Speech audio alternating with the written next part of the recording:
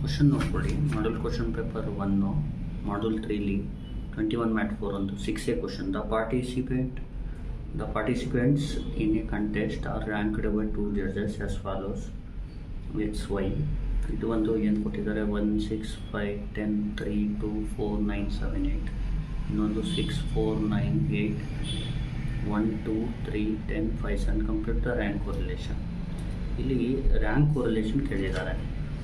Map ಇಟ್ಕೊಳ್ಳಿ. Rank ಕೋರಿಲೇಷನ್ಗೆ formula ಒಂದು 1 - 6 times summation of d square divided by n into n square minus 1. ಇಲ್ಲಿ summation of d square ಅಂದರೆ map ಇಟ್ಕೊಳ್ಳಿ. D ಅಂದರೆ x minus y, d square ಅಂದರೆ x minus y whole square. ಅರ್ಥ ಆಗ್ತಿದೆಯಾ? ಇಲ್ಲಿ ಎಕ್ಸ್ ಅಂದರೆ ಇದು, ವೈ ಅಂದರೆ ಇದು. ಒಂದೊಂದು ಸತಿ ಎಕ್ಸ್ ವೈ ಅಂತ ಕೊಡಲ್ಲ. ನೀವು ಎಕ್ಸ್ ವೈ ಅಂತ ನೀವೇ ಅಂದ್ಕೋಬೇಕದನ್ನ. ಇನ್ನು ಯಾವ ಥರ ಮಾಡೋದು ನೋಡಿ. Please like, share, subscribe. Please support ಮಾಡಿ ಮತ್ತು ನಿಮ್ಮ ಫ್ರೆಂಡ್ಸ್ಗೆ ಶೇರ್ ಮಾಡಿ.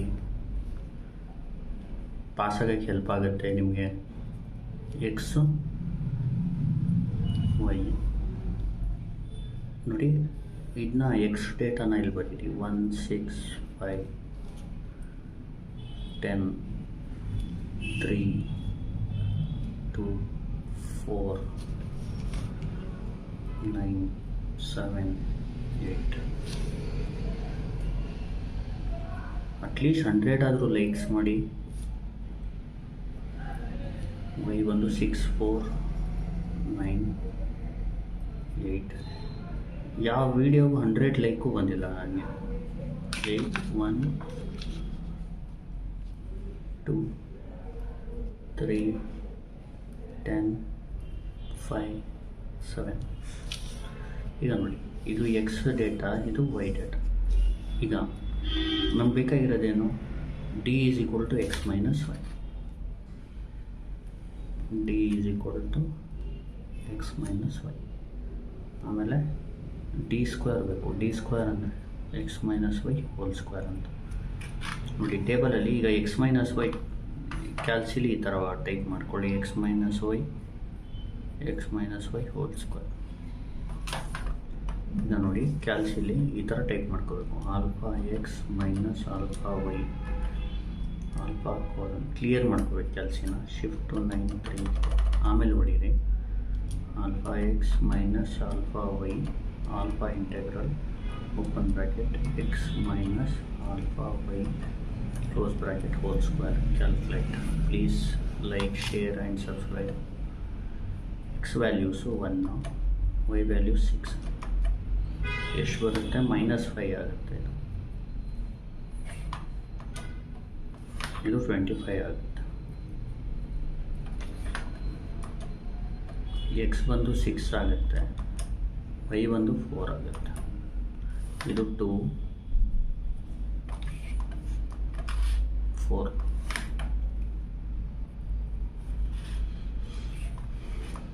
ಎಕ್ಸ್ ಬಂದು 5, ವೈ ಬಂದು 10, -4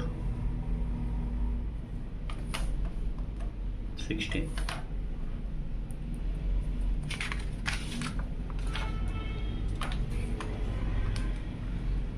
ಎಕ್ಸ್ ಬಂದು 10, ಇದು 8 ಅಂದರೆ 2 4. ಎಕ್ಸ್ ಅಂದರೆ 3, ವೈ ಅಂದರೆ 1 2 4.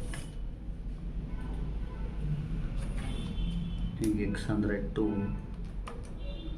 ವೈ ಅಂದರೆ 2 0 0.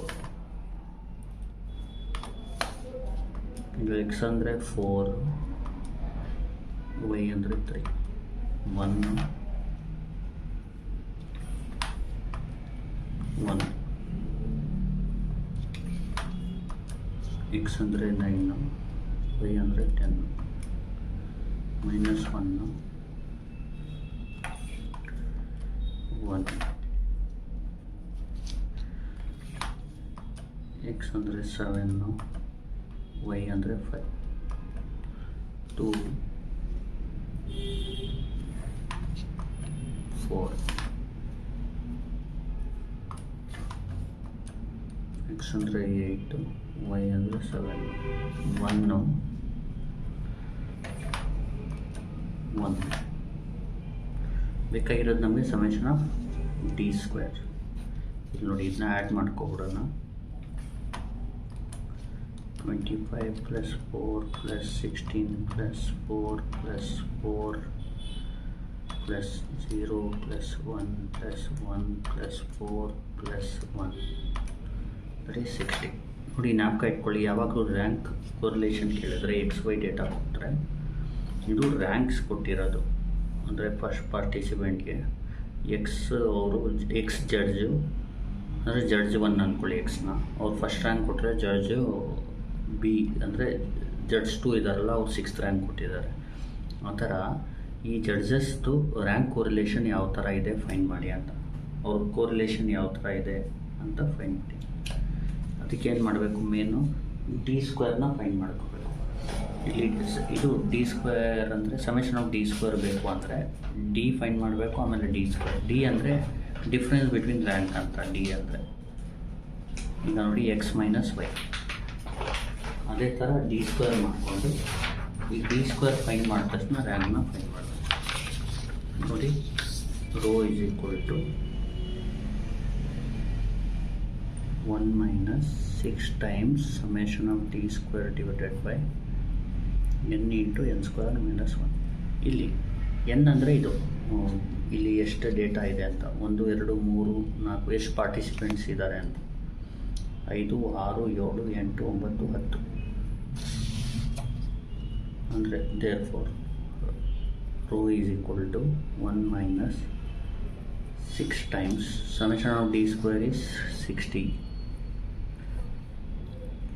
10 × 10 square - 1.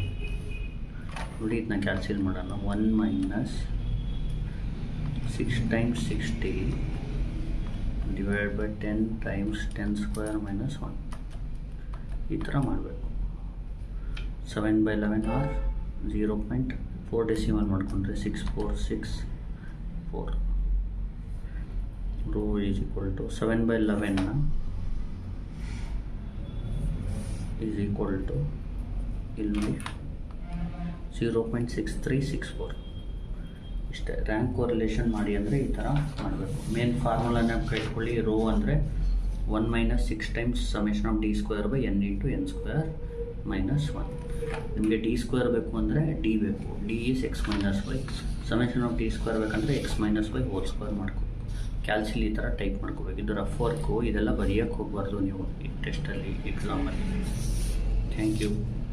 ಚೆನ್ನಾಗಿ ಓದಿ, ರಿವಿಷನ್ ಮಾಡಿ ನೀಟಾಗಿ. ಫಸ್ಟು ಬರೆದು ಪ್ರಾಕ್ಟೀಸ್ ಮಾಡಿ, ಆಮೇಲೆ ರಿವಿಷನ್ಗೆ ವಿಡಿಯೋ ನೋಡಿಕೊಂಡು ನಿಮಗೆ ಅರ್ಥ ಆಗ್ಬಿಡುತ್ತೆ. ಕ್ಯಾಲ್ಸಿಲಿ ನೀಟಾಗಿ ಪ್ರಾಕ್ಟೀಸ್ ಮಾಡಿ ಟೈಮ್ ಸೇವ್ ಮಾಡ್ಬೋದು ನೀವು. Thank you for supporting me.